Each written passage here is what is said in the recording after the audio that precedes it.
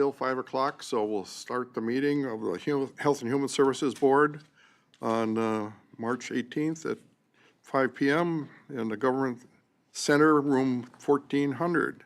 Call to order. Roll call. Kathleen Finley.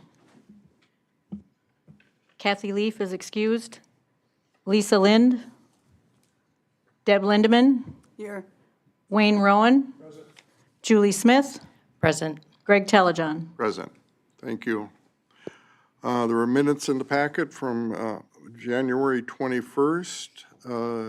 Is there any additions, corrections, or changes to discussion of minutes? If not, they'll stand approved as presented.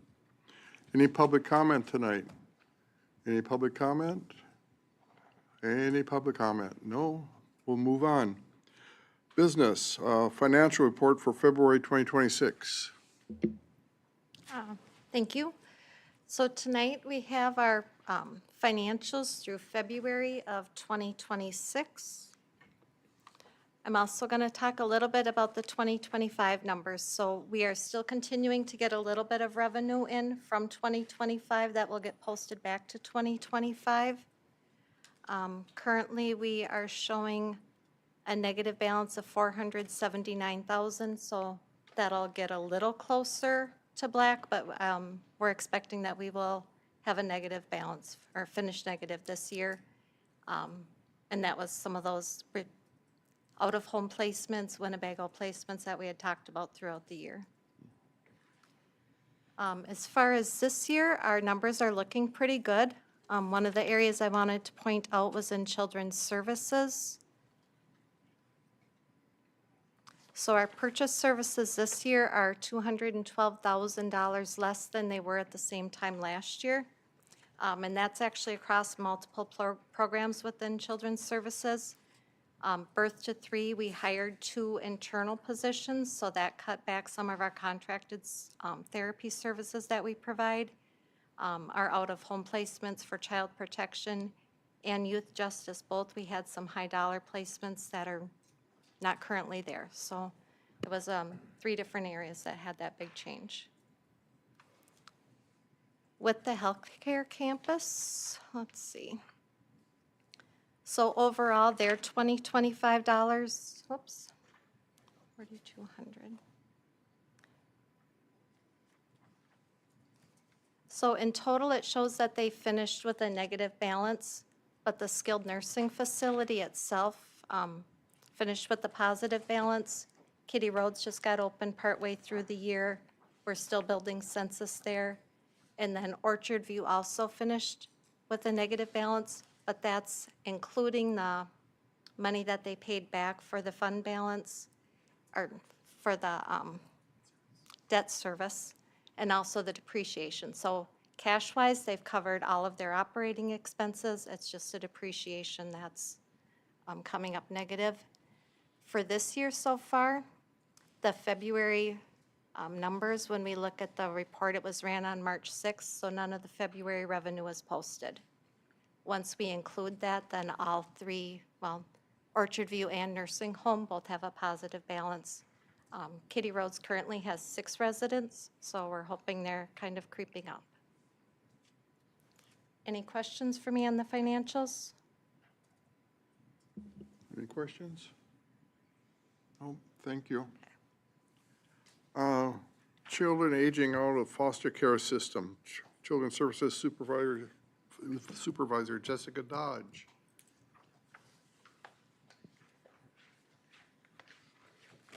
Hello, good afternoon. I believe Chair Telejohn had requested this agenda item back in the January meeting, wondering kind of what happens to youth that age out of the foster care system. So I'm Jessica Dodge, I supervise our ongoing child protection team, and I will talk a little bit about kind of what the needs are with this population of youth, what options there are for them, and then what supports we have available for them in St. Croix County. I had included just kind of a little info sheet for your information. that looks at just some of the permanency outcomes in St. Croix County in comparison to the balance of the state, specifically kind of looking at that aging out of care percentage. So the population of youth aging out of care for 2025 in St. Croix County was 4.3% versus the statewide average of 7.2%. And one of the important points about this number is that youth aging out of care have adverse outcomes.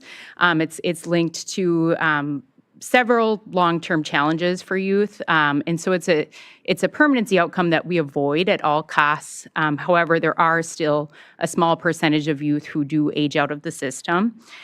So I had included just some brief information, but DCF recently issued a memo on this that said nationally 25% of these youth are homeless within 4 years. So that's a pretty staggering number and something that we work really hard to try to overcome for those kids that do age out of the system in St. Croix County. A couple other just statistical kinds of outcomes types of things is higher rates of unemployment, lower rates of post-secondary education, increased risk of involvement in the youth justice system, the criminal justice system, and greater reliance on public assistance programs. So there are... Excuse me. Go ahead. Yeah, why I brought this up forward, I was thinking about this, I'm on the West Cap Board of Directors also. Yes. And we talk about aging out, and where are they going after they age out, and where's their home going to be? And when you talk about, 25% are experiencing homelessness, and I know West Cap has a facility in Glenwood City, which was a school. They're converted over to what's called Glenwood Commons, and they're talking about renting that out for foster care after they age out and so forth. So that's what brought, that's why I was asking also. Yeah. Well, and I think that, that would, I have a lot of thoughts about some things that, as a community we could do to try to better support these youth because it's not just a, child protection issue. It's a complex issue that, involves housing resources and lots of community support types of things. And so, I think that would be an awesome option. And I can talk a little bit about that piece too and what might be helpful if you're interested in that. But so, there are, a lot of them become homeless is, the long and short answer of that.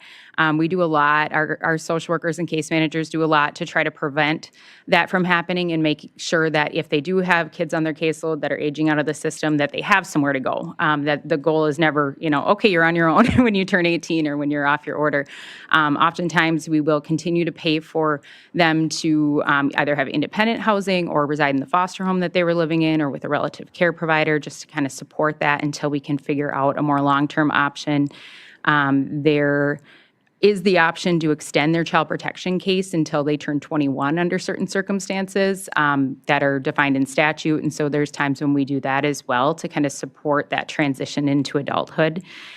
We do a lot of planning around independent living. There's state requirements that we do independent living assessment when they turn 14 and have been in out-of-home care for 6 months and start that planning process. And then when the youth turns 17 and a half, there's a ILTD plan is what we call it, an independent living transition to discharge plan that really specifies like this person is going to help them with this and, signing this lease and paying, this is how it's going to be paid for. And so it's a very specific plan that's required when you turn 17 and a half that our caseworkers do assist them with. And a referral is often made then at that point to, we call it a TRA,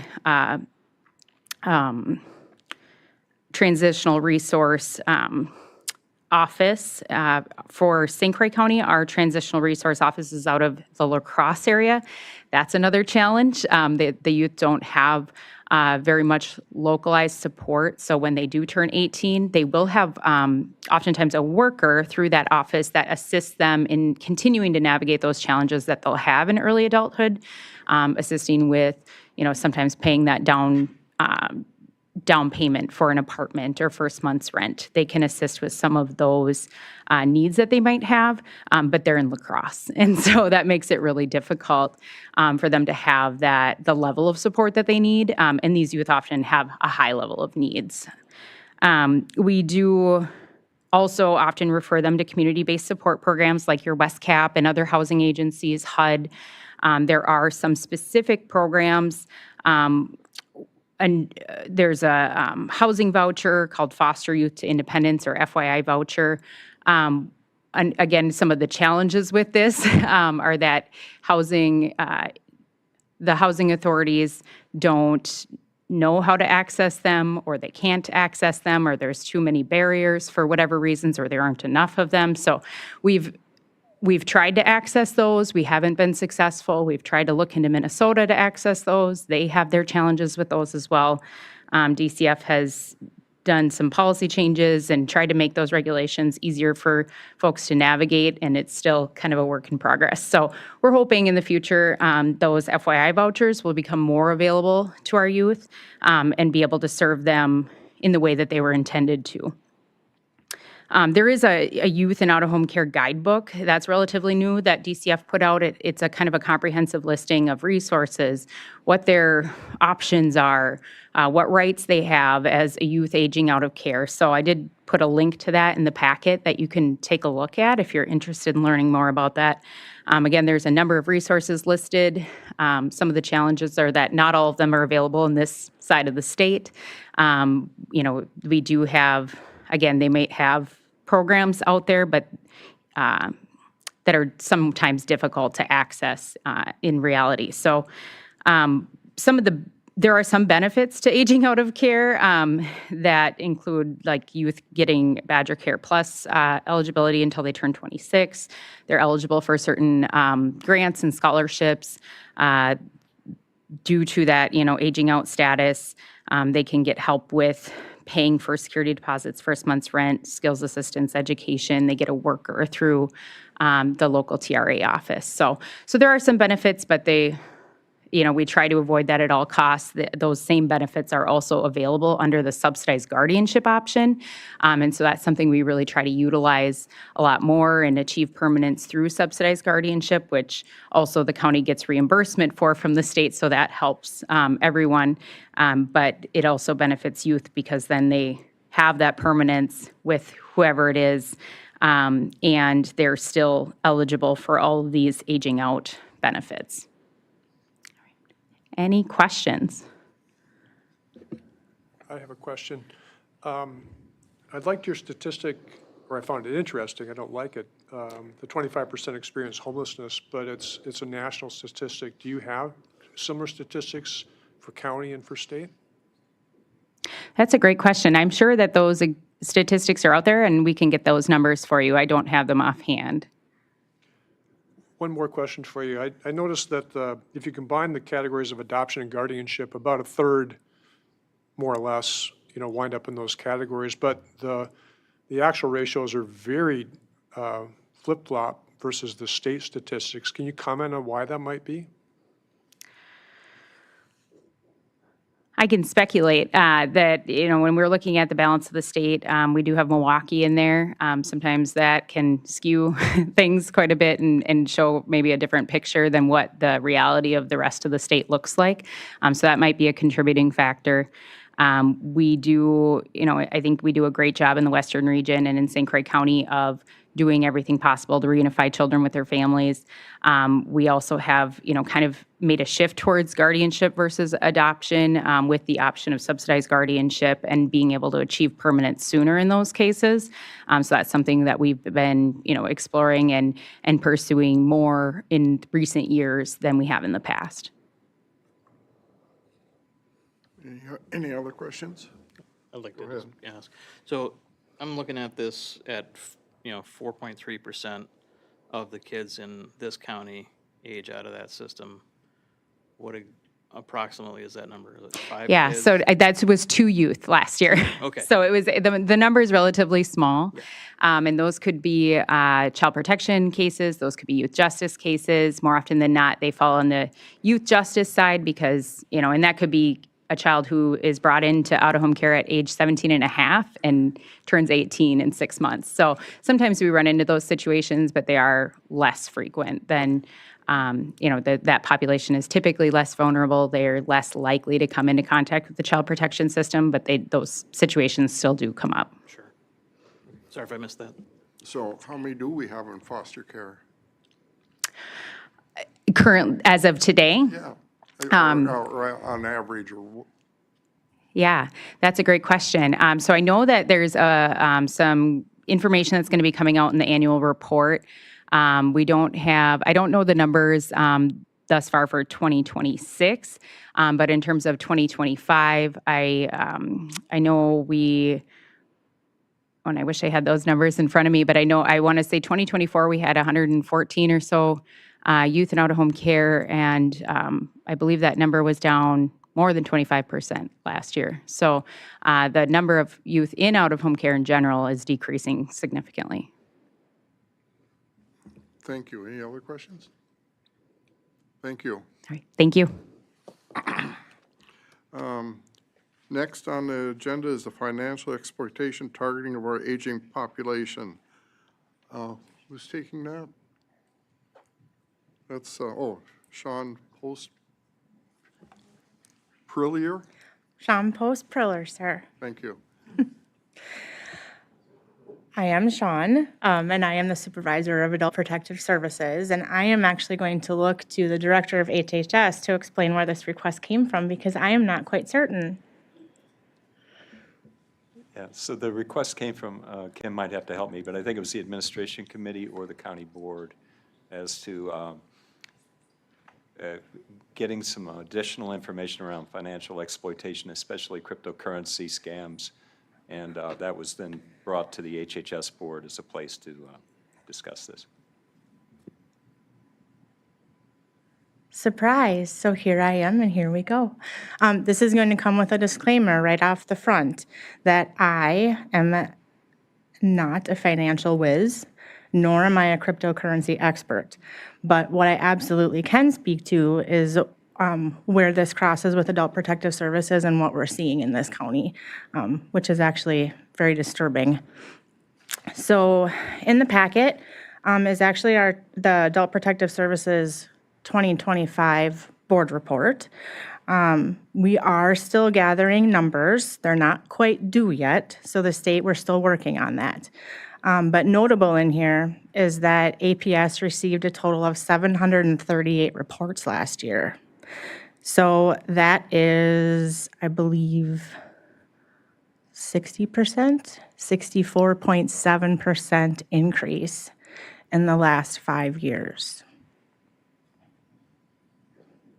I need a second to think about that. Okay. Financial exploitation has continued to explode. Of those 738 reports that we investigated, 218 of them were initiated as financial exploitation reports. And why that is significant is that was the primary cause for the report to Adult Protective Services.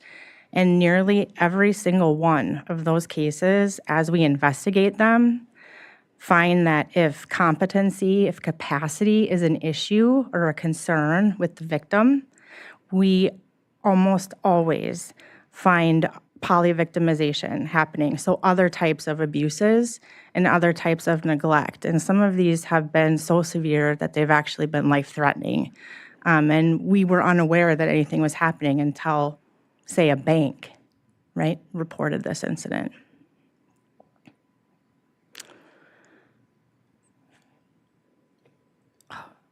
Colleen, how do I get to the next part? Perfect. Thank you, Colleen. Colleen is retiring, and we're going to be lost without her. Okay, so this is a lot of information that's in your board packet, but I do want to highlight here that with Adult Protective Services, we are different in a whole lot of ways. With children don't really have rights. They're completely within the adult's control. In the adult world, we all have rights. Until a court takes those away from us, removes those, and puts somebody else in charge. So when we're doing these investigations for vulnerable adults, we have to constantly balance this right to self-determination, the ability for adults to make bad choices, to make bad decisions, to do things that don't conform with what we know they should do, what their families wish they would do, right? And then their safety. So this is a constant balancing act every single day for all of us.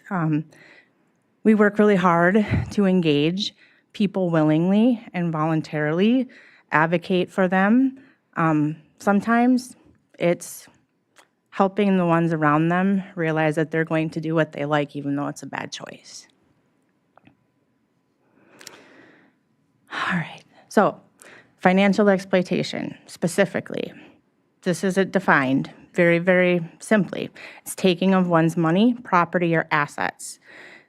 The investigations that we do find that perpetrators are family, most often, friends, they can be legal appointed decision makers, guardians, powers of attorney, and then strangers. And the internet is the root of all evil, I think, in the world, okay? Seriously. The internet and the technological advances that have happened that benefit us all so very much have also skyrocketed the sheer number of financial exploitation cases, and they have dramatically increased the monetary losses within this category of abuse. This is how much money so far in 2025, the vulnerable adult population, only in cases that have been reported to APS, this is how much money is lost, and we're not done counting. $3,263,317.63. The National Adult Protection Services Association believes, and it's accepted, that only 1 in 24 cases are actually even reported to us. So you can imagine how much money we've lost in this county. Now, notable also is that in these cases, Adult Protective Services, through intervention and through working with our local law enforcement and working with our circuit court, working with our banks, have managed to recover $1,812,550.53. And that is also counting. So that's something that I'm very proud of my team. These are the categories of financial exploitation that DHS tracks.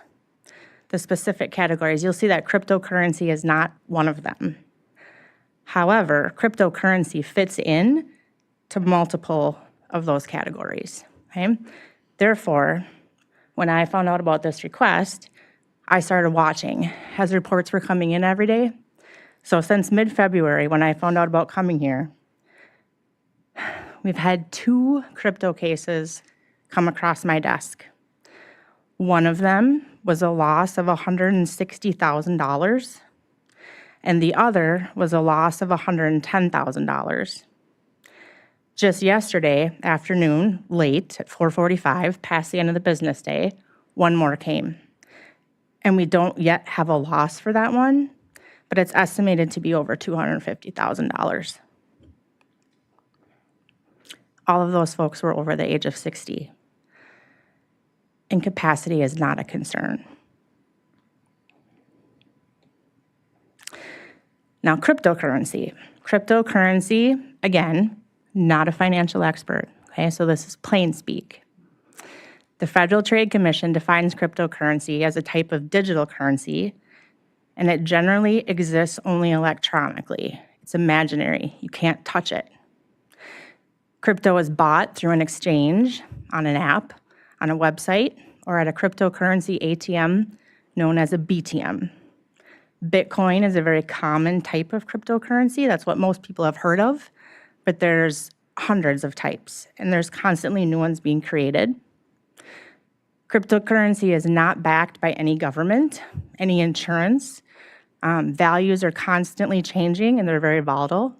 There are no legal protections attached to cryptocurrency at all, and the losses are generally unrecoverable.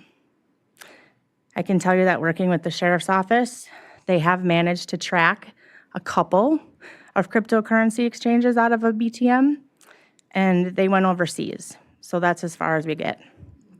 And the others, they can't find. Two main types of crypto scams. Number one is the investment scam.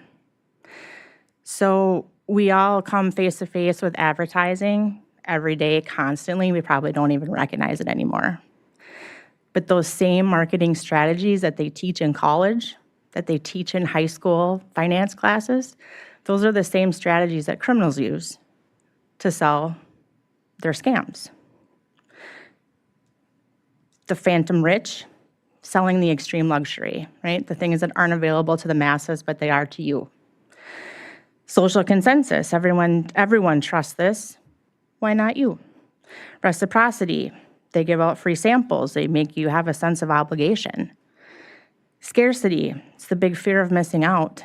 Everybody else is gonna get it, I better jump in quick. And source credibility, putting it back to, the highest of authorities. Here's where you see fake websites, fake email addresses, things that maybe look like .edus and .govs, right? People trust them, and criminals manipulate them.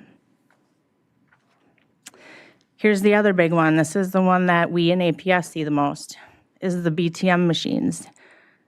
I tried to figure out how many there are in this county so I could tell you, and I can't. Because they move, and because new ones come, and because old ones disappear, and I don't even know where they go. But you can pick up your phone, and you can say, find a BTM near me, and it will pop up a whole bunch of options. The Federal Bureau of Investigation identifies that BTMs are used for illicit transactions at double the rate of the total overall cryptocurrency industry. And Reuters values that at nearly $4 trillion. That's insane. That's $8 million of illicit transactions. These scams are almost always based on fear. And when people are afraid, all logic goes out the window. So as we sit here right now, this sounds completely unreasonable. That you would get a call or a message about something wrong. Somebody might say there's suspicious activity on your Amazon account or unauthorized charges in your bank account. The caller will say that your money's at risk, that you're somehow linked to a money laundering or drug smuggling. But they can help you, don't worry. Doesn't sound like it would ever happen to you, but you start to panic. They tell you to quick, withdraw cash from your bank, pull it out of your investment, pull it out of your retirement account, run, go deposit it into the ATM, the BTM in North Hudson, the one at Quick Trip. This, they say, will protect you. It will save all your money, it'll go into your own account, it'll fix the problem. But all of it's a lie. And once you put the cash in, it's gone. As we go around in the community and we talk about these things, we've had people raise their hand, people that we work with every day, people who are smart, people who are educated, people who run businesses, people who care for our vulnerable adults, raise their hand and admit that it happened to them and talk about how stupid they felt, but they were so scared, and the person on the phone sounded so believable. Some of the scams that have recently come through here in St. Croix County have been government scams. You missed jury duty, and the sheriff's office is coming to arrest you.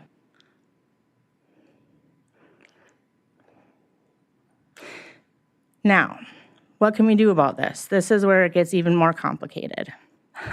As of January 1st, 2025, Wisconsin's money transmission law went into effect, and I put a copy of the actual law in your packet so that you can see it. This is what it says. The daily transaction limits from these machines are $2,000 cash per day per customer.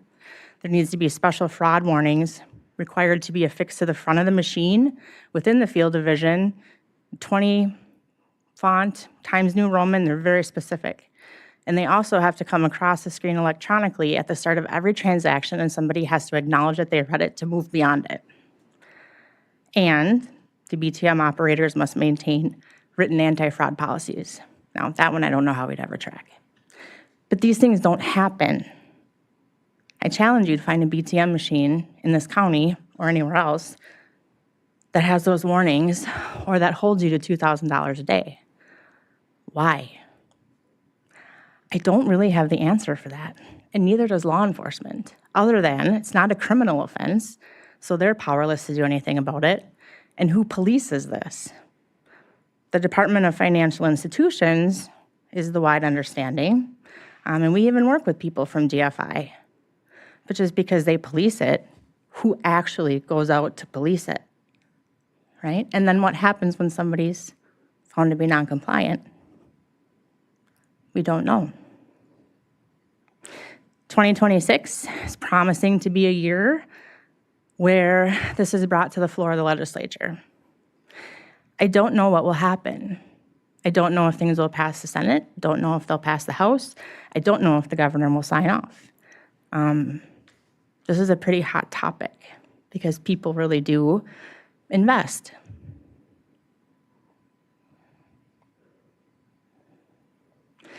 So here's the thing.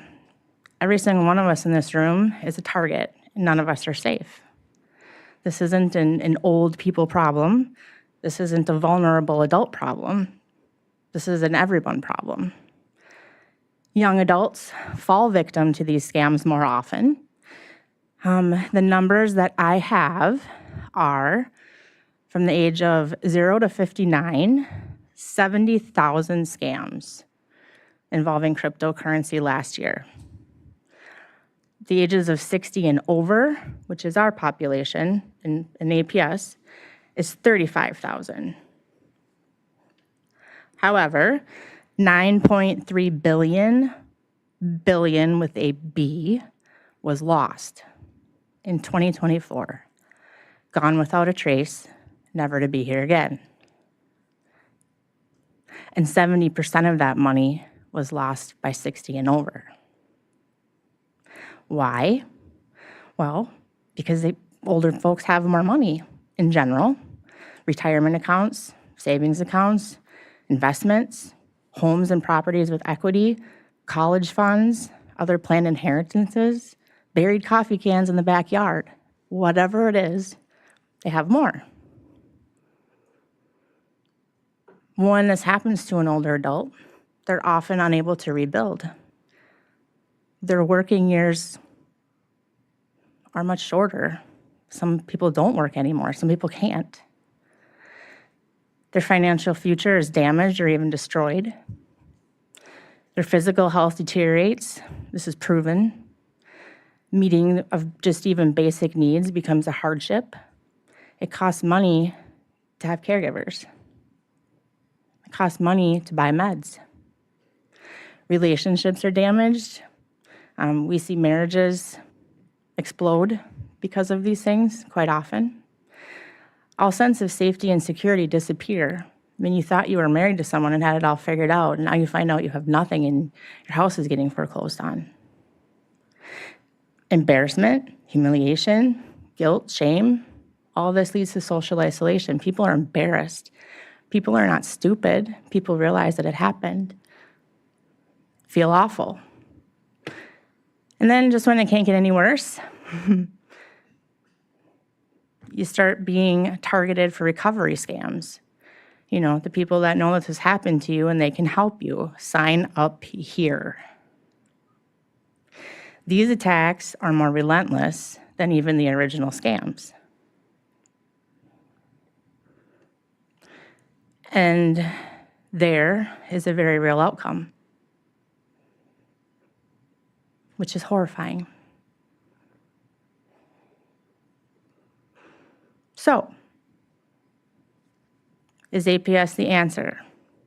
No, but APS is definitely a part of the equation to getting to the answer. This is how you make an APS report. We unfortunately are not a 24/7 entity, so we're Monday through Friday. We also have an email address there where we take reports. And if there's an emergency situation, if we're back here, 911. And then we come in later. Ways to avoid a crypto scam. These are all things that we have all heard before, and we've probably heard them so often that we don't even listen anymore. But these are things that are very important to always, always, always remember. And don't just remember them, but remember to keep saying them. Tell your loved ones, tell your children, right? Only scammers demand payment in cryptocurrency. St. Croix County Clerk of Courts will never, right? Only scammers guarantee big profits with no risk. That's not Trump on your Facebook page telling you to invest where he did. He's really not, right? Never ever mix online dating with investment advice. Two very separate things. Please be cautious with both, but don't mix them. No reputable investment manager will ever contact you out of the blue. None of them cold call. None of them. Never ever click on a link that you didn't expect to get. Don't respond to wrong number texts. Here, locally, we've seen an enormous influx in these wrong number texts. All of a sudden, somebody's on your phone number you don't recognize. Hey, what's up? Sorry, I'm going to be late. And you respond, I think you have the wrong number. No, I don't. Who is this? The conversation has started, right? Don't respond. Never pay a fee to get a job. If it's too good to be true, it's too good to be true. Simple. And those machines, just stay away. If you ever see somebody you know standing at one, beg them to go away from it. I promise. So the work on this, we work in it every day, but we are just the 7 of us. So it's too big. And as I told you, I'm not a financial expert. None of us are. We have started the Northwestern Regional Financial Abuse Specialist Team. Tomorrow, we actually have a meeting. It's our 3rd meeting. We're a new team. Because we all have, this is just one sliver of what we do. We all have these things, right? Very, very important, very time-consuming, very big. Our capacity to do something like this here was pretty limited, so we joined forces. We joined with Burnett County, Polk County, and Pierce County, the counties on the river valley. Within our counties, we have this team, St. Croix County leading the charge and coordinating this. We have members from the District Attorney's Office, Corporation Counsel's Office, the Sheriff's Office in each of the counties, a couple of the municipalities that are pretty passionate about this kind of work. We have investigators, we have detectives, we have private eyes. We have a forensic investigator, the best in the state. We have a state senator. We have adult protection teams. We have patrol deputies. We have members from U.S. Bank, Wells Fargo, Wisconsin Credit Union, Citizens Bank, Associated Bank, many more that I know I'm forgetting, and it's not on purpose. We get together and we share resources and we share knowledge, and we can even work on cases together where we're stuck. And it has already proven to be incredibly effective. And I'm really excited about this as it continues to go forward. What do we need from you? Right there. Your support, your advocacy, and for you to not forget. Because abuse, neglect, and exploitation of our older adults and our vulnerable adults is a severely underreported crime. I told you 1 in 24 is the accepted number, but statistics put it could be as high as 1 in 44. And that's horrifying considering how many reports we get and how much is lost, right? So this is crime. Some of these things are punishable criminally, some of them aren't. Some of them it's civil, and some of them it isn't punishable at all. But there are things that can be done to reduce that harm and to eliminate that harm. And this is what we do every day. So this is a public safety issue. And I ask you to remember that. It does touch us all.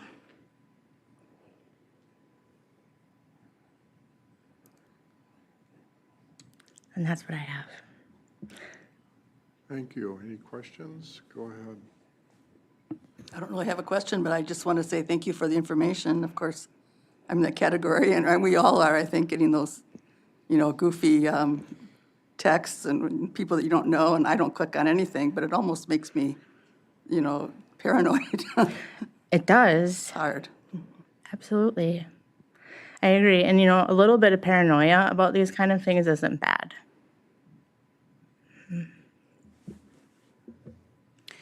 Sean, very interesting presentation. Do you have a point of view on whether the problem related to either crypto or to the financial exploitation in general is any better or any worse in, say, Croix County versus state or national? I don't know that it's any better or worse. What I can tell you is through the FAST team, we have a lot more calls, reports for all kinds of abuse and neglect and exploitation, including financial. We have a much higher amount of money lost than Burnett, than Polk, and than Pierce, but that makes sense, right? They're smaller. Everything that I know for a fact seems to really be tied to population. Any other questions? Or go ahead, Ken. Yeah, the term polyvictimization, I'm not familiar with that term. What is that? Probably an adult protective services made-up word. But polyvictimization means that it's not just a financial exploitation that's happening to this individual. There's also emotional abuse. We almost always find physical abuse tied to financial exploitation. People try to grab their wallet back, and what happens, right? You get pushed, you get shoved.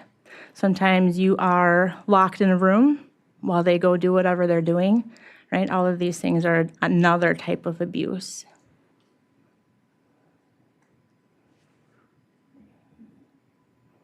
Thank you very much You're for what welcome. you're doing. I hope that somewhat got at your request. Okay.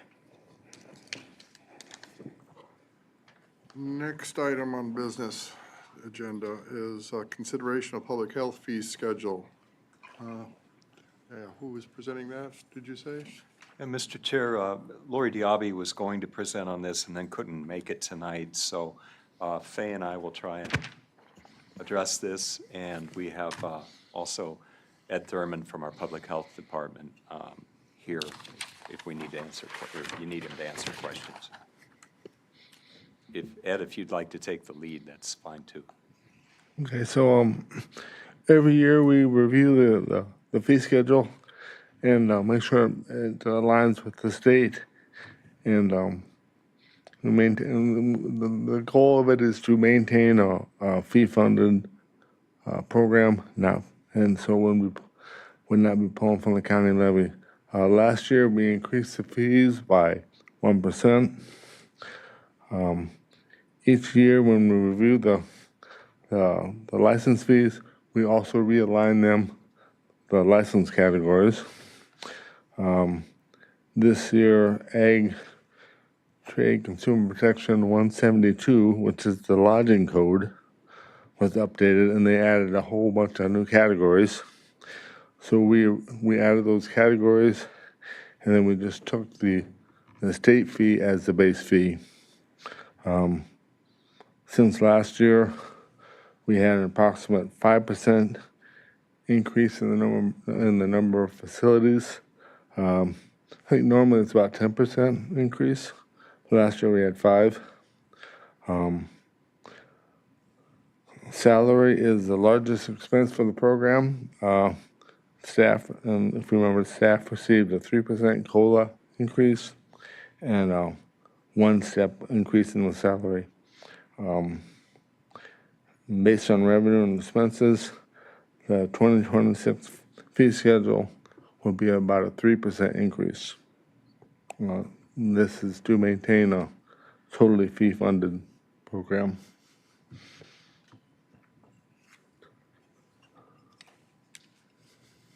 Thank you. So the idea is to to keep this a fee-funded program, to raise the fees that are in your packet, where they're raised by enough to cover the staff salaries and keep the program fee-funded without requesting any tax levy and without making a profit.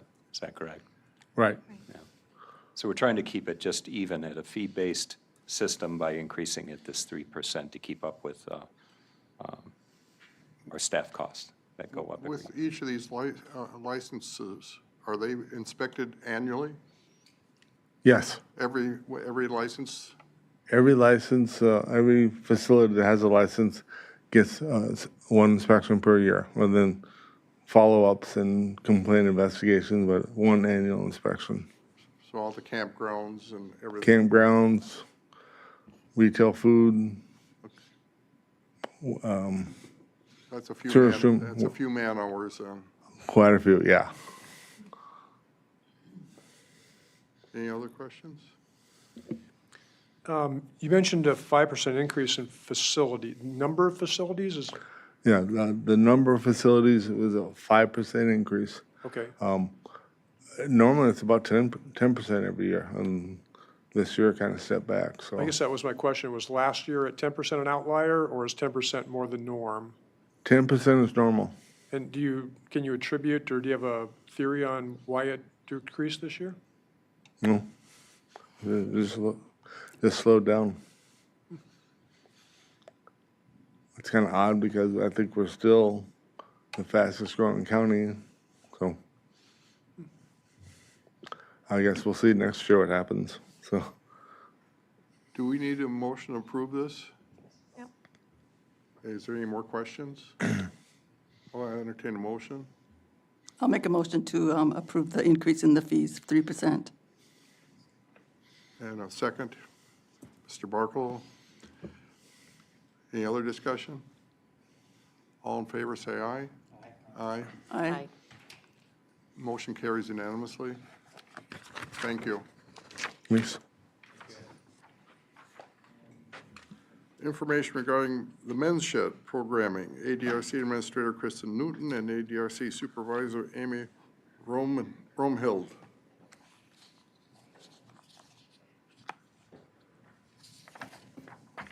If you recall, Amy was our Employee of the Year last year, so. Oh, Thank you. Yeah, that's still the year, I guess, so. Year's not over, so. this is on the agenda because I'd seen an article a year ago, February, in the County Association's magazine about Barron County, and I forget what other county, that started a men's shed. And I thought it might be pretty interesting to see if we could start one.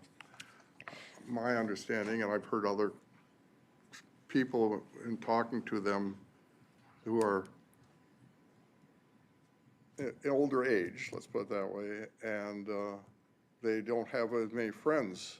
Men don't, as compared to women typically, it seems like, and they don't have, so they lose that friendship as they get older, and this is a way that they can continue that socialization. So I'm interested in hearing what you got. Well, that's exactly right. So with that said, I'll just share a little bit about, we've been doing a lot of legwork. We've been fortunate this, since actually January, we have an intern from Northwoods Technical College. She couldn't be here tonight, Amber Halverson. She's in the gerontology program. And so with that, she's been able to do a lot of the legwork behind the research and kind of talking with other counties in kind of our mission to start a men's shed here in St. Croix County. So with a little bit, the men's shed history does originate in Australia. It started there in the 1990s, kind of on that basis of what you described. We all know there's a lot of social groups for women. There's your church circles and knitting groups and crocheting and library book clubs and all the different things, but there isn't those same type of activities activities when older men retire, when they become widowed, those type of activities for men. It kind of started in the U.S. It kind of took off in about 2017, actually over in Hopkins, Minnesota. They were one of the first men's shed. There is different states have their own association, but there is a U.S. men's shed that offers resources to men's sheds. There really can be anywhere. If you want to start a men's shed, you can start one in your garage, and you can start one at your church, and maybe the YMCA. And it's really a concept. It's really what you make it. It's a community-based model to provide those very connections. How do you connect men? We obviously know that being connected provides improved mental health, social engagement, and reduced isolation. After the pandemic, definitely a lot of research came out about social isolation and loneliness, what that looks like. Those of us that have worked with older adults have known that's been an issue for many, many years, but it definitely became more aware, I guess across our whole country for older adults and really everyone. So if there was something good that came out, that research really, is important. We know there are several ADRCs across the state that are kind of leading that programming. He mentioned Barron County, Juneau County, Richland County. So we actually we've researched and met with these other counties to kind of pick their brain and see how they're running their programs. So with that said, we talked what is a men's shed. It's safe, it's welcoming, an environment for men to connect. Some meet in libraries, some truly have a shed. It kind of started many of the Australian-based ones, some I found one in Hawaii that are more service-driven, that they're truly building park benches. They're working with their parks department. Maybe they're fixing bikes. I saw one that does rehab of wheelchairs and adaptive equipment. And so some are very purpose-driven and, are producing a product. And others are more educational, offering opportunities, speakers. Each structure looks a little bit different. There's really no set model. It's kind of based on the interest of the men attending.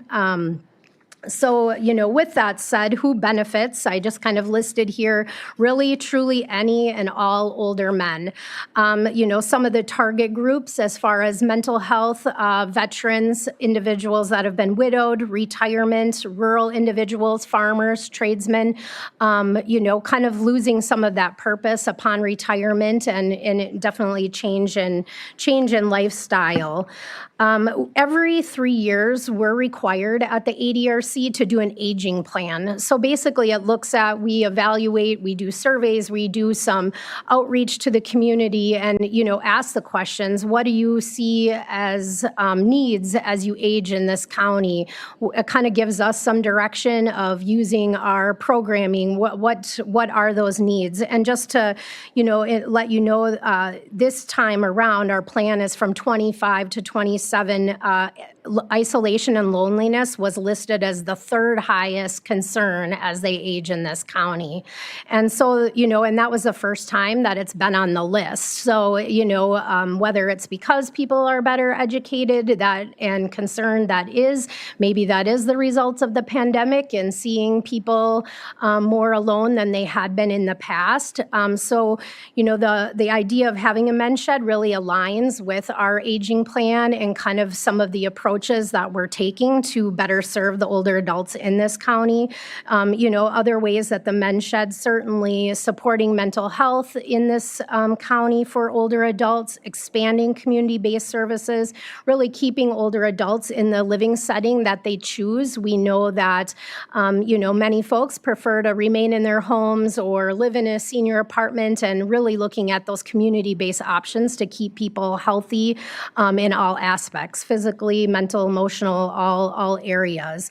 And then, definitely to enhance engagement of kind of underrepresented population. And so, are men considered underrepresented. If you see there in the next slide, I looked at our programs specifically that we do offer at the ADRC and looked at like our congregate dining. So that's our nutrition program where folks come into their senior centers or their restaurant, and the senior nutrition program. And only 37% of our diners, this is the 25 data, are men. 63% that attend our congregate dining are women. And then if you look at our health promotion classes, we offer a variety of classes throughout the year: falls prevention, stepping on, strong bodies, lots of different opportunities. And that is even a smaller amount of men who attend those programs. So, we were looking at in 25, only 14% of that participation was of men.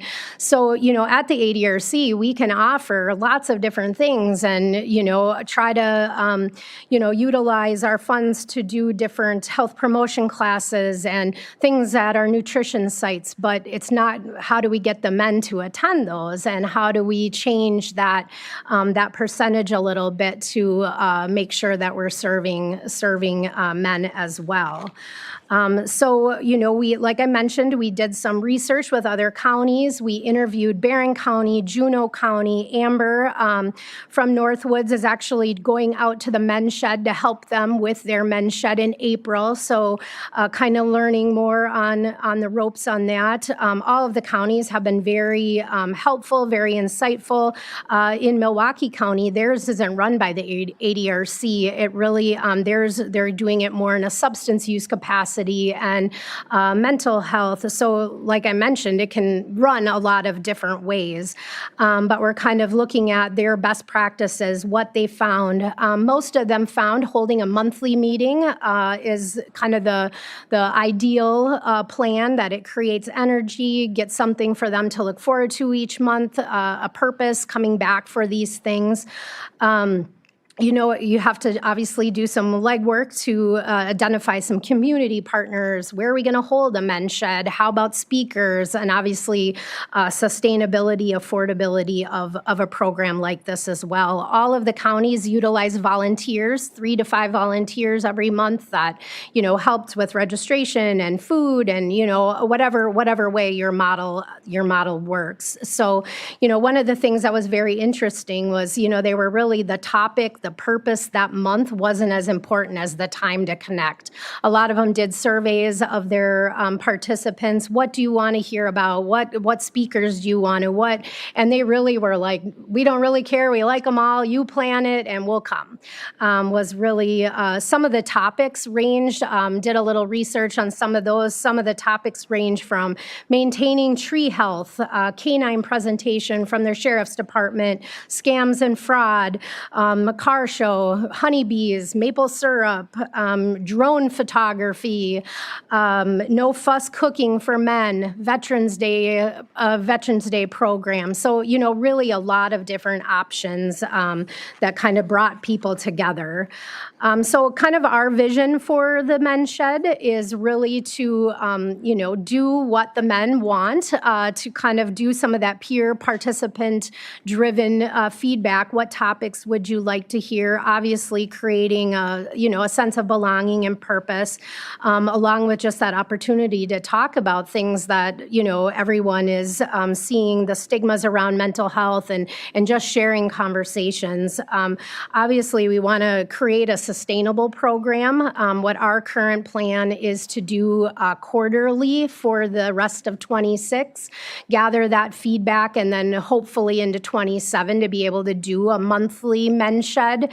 We're looking at some grant opportunities that we may be able to utilize for that. A lot of the counties indicated that they did get some sponsorship, maybe from Quick Trip, or maybe someone would be willing to help sponsor a men's shed. We sought out space. I actually met with Robbie from the Highway Department, the Highway Commissioner, and we are going to be holding our first men's shed at the Highway Department. They have a beautiful space out there and, very welcoming to really partner in this venture to do that. Barron County, that is where they hold their men's shed, is at their highway department. They bring different speakers in there. They utilize the space.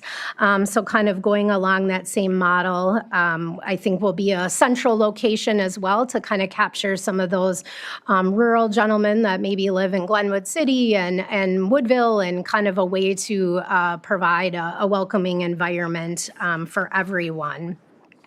With that said, it also it got me thinking of a lot of the partnerships that just within our own ADRC, if we partner with our nutrition program, ways to collaborate, all of the counties that I spoke with said, if you feed them, they will come. So you must have food, you must have, meat and potatoes, and, but by doing that, they also created some generation of, conversation that people hadn't utilized the nutrition program. Oh, I didn't know I could go to a nutrition site and get a meal. Oh, this is great. Lunch was great. Oh, it just kind of creates a lot of ways to get people into your other programs as well. Some of the counties utilize their dementia care specialists. Their DCS often leads this program because they do it as a pillar of brain health. Not that individuals necessarily have cognitive impairment, but there's a lot of links related to depression and earlier stages of dementia, and ways that we can, keep people thriving and better overall brain health as well. And just, our evidence-based health promotion programs, and really ways to connect people to the ADRC as well and lead them to the other programs that we offer. Some of the other, possible partnerships, you obviously heard APS talk tonight, and, the idea of having someone come talk about scams. Maybe there's a purpose with our parks and land and water, and maybe they would be a guest speaker. I also saw one county that public health did a tick prevention and how to, just some ways that we can, educate, obviously, the public about other entities within St. Croix County as well.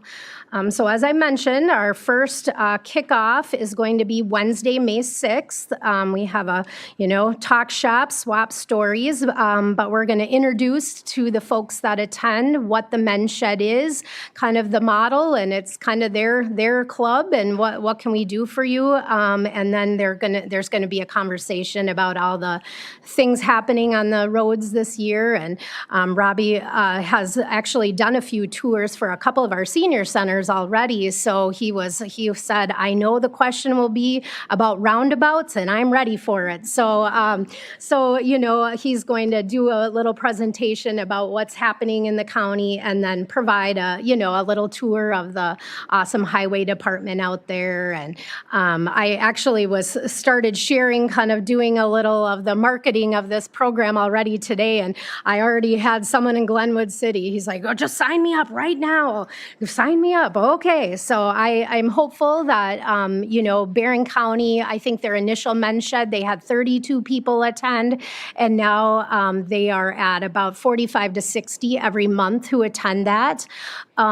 So, I know definitely that there is potential there. Over the next, short time here, and then obviously into the rest of the year, we plan to do some outreach and networking, talking to all the groups that service men in our county, the American Legions, the VFW. We kind of been brainstorming Knights of Columbus. Someone mentioned all of the kind of snowmobile clubs and power sport kind of clubs, conservation groups. We partner with a project with the Star Prairie Fish and Game, and just really anywhere that we know men are gathering and do currently attend. Where are the coffee clubs? I'm pretty sure I can take some flyers to McDonald's and Baldwin, and there's a group that meets there every morning, and I'll be in there with my information. So, really anywhere that people gather. But, I think we're hopeful that we'll get a good project going here, and, look at ways to sustain that into the future. So. You're going to get Adam involved in this too, aren't you? He's already involved. He did my flyer for us and working on a brochure. So, yeah. Not that he's old, but Oh, yeah. Well, he can come and do some creative presentations. So, yeah. Any other questions or any information? You talked a lot about, older men, and it's sort of targeted toward older men, but is there like an expectation or an age cutoff or something? Because, like rural, middle-aged men, curious. Sure. I think the guideline is typically 60, but that's really related to the Older American Act. If we serve a meal through our nutrition program, you have to be 60 to be eligible for that. So that is kind of the target area for our first one. We're not doing a nutrition, we're having light refreshments. So, certainly we're not as strict. I mean, definitely if someone attended, even when we do offer a meal, then they can pay for that meal versus a suggested contribution type situation, so. And my second question is more financial, I suppose. You mentioned you're contributing through volunteers and facilities, and I think you said coordinating grants, potentially, that sort of thing. But does the county actually spend real dollars on this? Well, we're hopeful not to, but obviously there is some staff time going into this. A lot of, in Juneau County, theirs has been in existence the longest, about 3.5 years, and theirs is pretty self-sufficient. They do a free will donation type thing at their event, and then they operate it that way. In Barron County, they offer a meal with their nutrition program, so they basically have in that program, we have to do a suggested contribution, and so they have a suggested contribution that helps offset the cost of the meal. For the 26, we actually don't have it budgeted in our budget, so we're kind of looking at ways to get sponsorship for that. For our first one, I have a couple businesses that have said, I'll sponsor cheese and crackers for you. Tell me more about it. So ways to kind of, do some support and sponsorship for that program. So we'll definitely be looking into some other grant funding that can help offset that. But most have found that it's pretty self-sufficient, especially if you have free space and free speakers, kind of free entertainment or topics each month. It's really the cost of food that you're looking at. So, yeah. If you don't mind, I just would like to comment on that, Supervisor Rowan. I know Chair Telejohn had mentioned that he brought this up about a year ago, but to speak to that, the challenge has really been implementing this with staff time. We just don't have staff available to run another program or running a lot of programs at the same time, and Amy is already quite overextended, and so I hate to have this fall on her. So we've been trying to be strategic around how do we implement this, pilot it, find the success, and then find a way to to sustain it moving forward. So we've been lucky to have this intern who joined our team starting in January. So she's been able to get the project really started, and then we have to figure out a way from there, staff-wise, how do we manage this moving forward? Because it is a great program, and it's going to have a lot of benefits, but we need to figure out how do we fit that into the schedule for staff. I know some counties started this with recovery dollars too, and where we Right. don't have that anymore. Right. Yep, I exactly. think Barron County, their grant was $16,000 they offered a social isolation grant, and they did that, about 3 years ago, so after. Well, I'll spread the word through WestCap too, so, Absolutely. yeah, that'd be great. Thank you. Any other questions? No. That is it for the business items. Any requests for future agenda items? Crickets? Okay.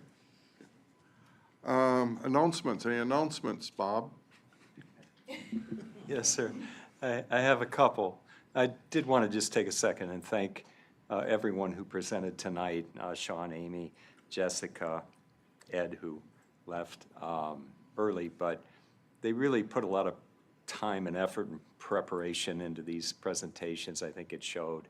And they have busy work days, and I appreciate their coming tonight and and doing a nice job, I think. Also, the announcements, the first one is I wanted to give you an update on the SNAP funding. SNAP is a Supplemental Nutrition and Assistance Program. Here in Wisconsin, it's called Food Share. But there was a bill at the Assembly that passed through the Senate, AB 180, I believe. And that bill was actually about restricting certain food items for SNAP recipients, like sugary foods and things. But attached to that was funding to offset reductions in federal support for the SNAP program through the One Big Beautiful Bill last July. That amounted to about $30 million that the state would have to come up with to make up for that loss of federal funding. So the bill that went through, past the Senate yesterday, I believe, provided that funding to DHS, about $30 million or so, and then another 20-some million to strengthen the Food Share employment training program to help people meet the work requirements that go along, the expanded work requirements for SNAP, and then a few million dollars for additional positions at the state for quality assurance to help keep the error rate low, so the state doesn't end up paying penalties as a result of the error rate creeping up above 6%. Currently, we're below that, which we hope to stay at. That bill passed through the Senate yesterday and will go to the governor for signature. We're pretty confident he'll sign it. So that's good news for the Food Share program in Wisconsin. Keeps it sustainable going forward, at least for this budget cycle. The other announcements, less fun for me. As you might have caught when Sean was presenting, Colleen Linder is retiring effective May 8th, I believe. So this will be her last HHS board meeting. Colleen is, when I started here during the pandemic, or at the beginning of the pandemic, it was me and Colleen primarily in the whole building. Everybody else was remote. And I had no idea what I was doing. So I relied on Colleen to show me everything. And it's an example, though, as time went on, she helped to organize my work life and keep things running smoothly, not just for me, but for the entire department. And I think everyone, if they don't know what to do, they went to Colleen for an answer. And it could be anything, right? It is anything. And we're going to truly miss her. But I wanted to say that tonight to announce that she'll be retiring, which is good for her. We're less happy about it, and give you a chance to know that since this is our last board meeting tonight.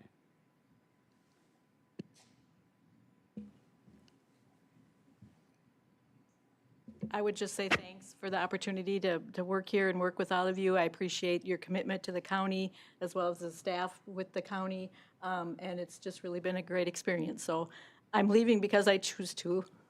Yeah. Thank you for all your service and all your help, too. And, yeah, I don't know what Bob's going to do. I would also like to announce that the new staff person has started at our HHS spot here in Hudson. She is working Monday through Friday, 10 to 2:30. She is so far very awesome. She's wanting to learn and be helpful and all of the things. So if you have an opportunity to stop in there and introduce yourself, her name is Julie, and she's, I think today is her end of the second week. So she's very new, but she's willing and learning, and so that's a great thing for us to have a person there to be able to assist people. So, yeah. Well, congratulations on your retirement.